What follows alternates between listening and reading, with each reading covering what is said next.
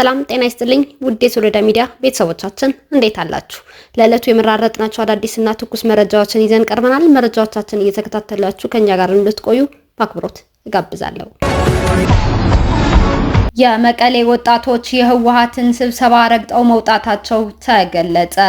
ዛሬ መስከረም 7 2018 ዓ.ም በመቀሌ ከተማ አዲ ሐቂ ክፍለ ከተማ ከ1000 በላይ ወጣቶች የተገኙበት አንድ መድረክ ተካሂዶ የነበረ ሲሆን የህገወጡ ህወሓት አመራር የሆነችው ቅድሳን ነጋ መድረኩ ከከፈተችው በኋላ የአዲ ሐቂ ክፍለ ከተማ አስተዳዳሪ የሆነው አቶ መንበረ በፊታችን ያለው መጪውን ጦርነት መታገል አለባችሁ፣ ትግራይን ማዳን አለባችሁ የሚል ሐሳብ መሰንዘር ሲጀምር አብዛኛው የክፍለ ከተማ ወጣቶች ስብሰባውን ረግጠው መውጣታቸው ተገልጿል።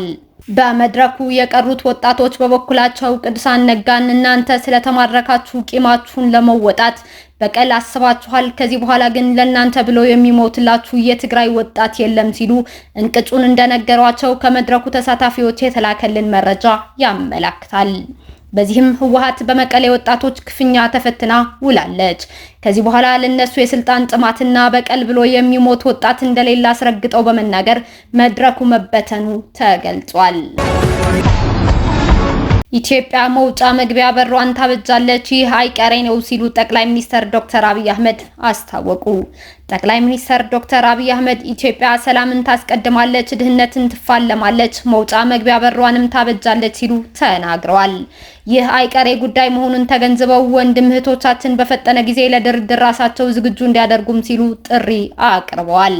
ጠቅላይ ሚኒስትሩ ይህንን ያስታወቁት የመደመር መንግስት የተሰኘው 4ኛ መጽሐፋቸው ለማስመረቅ ትናንትና መስከረም 6 ቀን 2018 ዓ.ም በተዘጋጀ መርሃ ግብር ላይ ነው።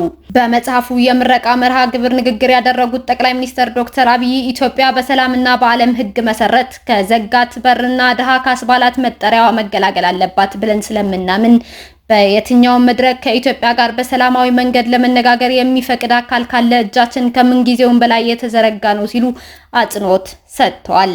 ነገር ግን ከኢትዮጵያ የጂኦግራፊ እስረኛ ሆና ለዘላለም ትኖራለች ብሎ የሚያስብ ኢትዮጵያዊ ካለ እርሱ የሞተ ነው ሲሉም ገልጸዋል።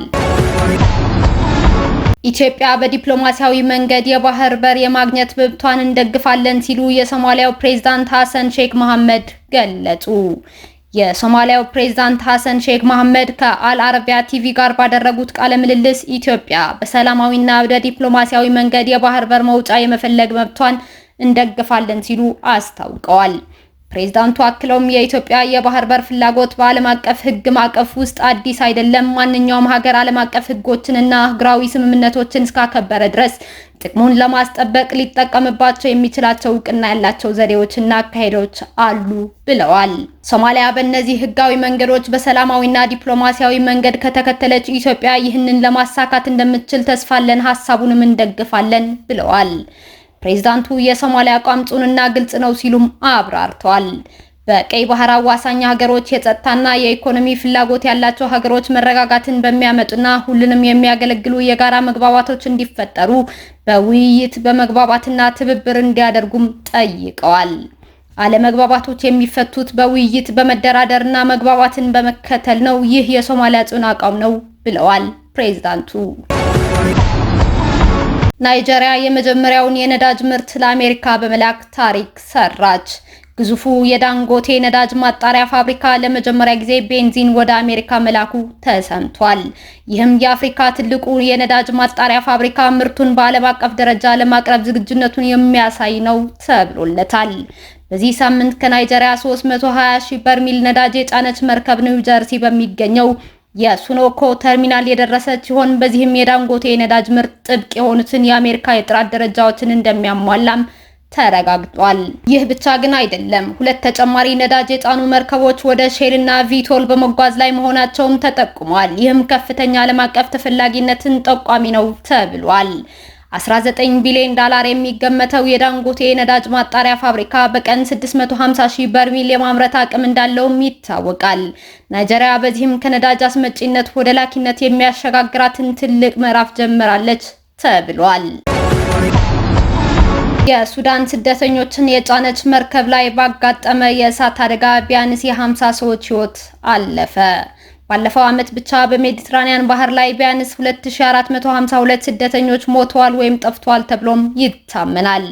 እሁድ ዕለት ታዲያ በዚህ አደገኛ መስመር 75 ሱዳናውያን ስደተኞችን አሳፍራ ስትጓዝ የነበረች መርከብ በሊቢያ የባህር ዳርቻ መቃጠሏን ተከትሎ ቢያንስ 50 ሰዎች መሞታቸው የዓለም አቀፍ የስደተኞች ድርጅት IOM አስታውቋል።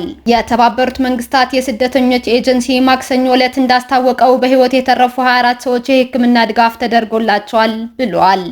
በባህር ላይ እንደዚህ ያሉ አሳዛኝ ሁኔታዎችን ለማስቆም አስቸኳይ እርምጃ ያስፈልጋል ሲል የIOM የሊቢያ ቢሮ በኤክስ ገጹ ላይ በለጠፈው ጽሑፍ አስታውቋል። በዚህ አደገኛ መስመር ባለፈው ወር ቢያንስ 68 ስደተኞችና ፍልሰተኞች ህይወታቸው ያጡ ሲሆን በደርዘን የሚቆጠሩት በየመን የባህር ዳርቻ ባጋጠመ የጀልባ መገልበጥ አደጋ ህይወታቸው ማለፉም IOM ገልጿል።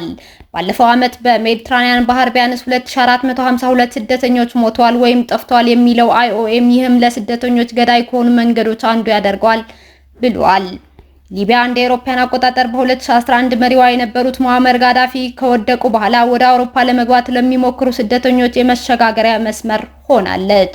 በጋዳፊ የግዛት ዘመን አፍሪካውያን ስደተኞች በነዳጅ ዘይት የበለጸገችው ሀገር ለስራ ይሰማሩ የነበሩ ቢሆንም ነገር ግን ጋዳፊ ከስልጣን ከተባረረ በኋላ የሰሜን አፍሪካው ሀገር በተቀናቃኝ ሚሊሻዎች መካከል በትጥቅ ግጭት ውስጥ ገብታ ሰላምና መረጋጋት የራቃት ከአሸባሪዎች እስከ 867,000 የሚደርሱ ስደተኞች መኖሪያም ሆና ትገኛለች። የደቡብ አፍሪካ ፍርድ ቤት የቀድሞው የዛምቢያ ፕሬዝዳንት አስከሬን ወደ ሀገር እንዳይመለስ በቤተሰብ የቀረበውን ጥሪ ውድቅ አደረገ። በደቡብ አፍሪካ የሚገኘው ከፍተኛ ፍርድ ቤት የዛምቢያው ፕሬዝዳንት ኤድጋር ሉንጉ አስከሬን ወደ ዛምቢያ ለቀብር መመለሱን ለማስቆም ያቀረቡት ይግባኝ ትናንትና ማክሰኞ ዕለት ውድቅ አድርጎታል።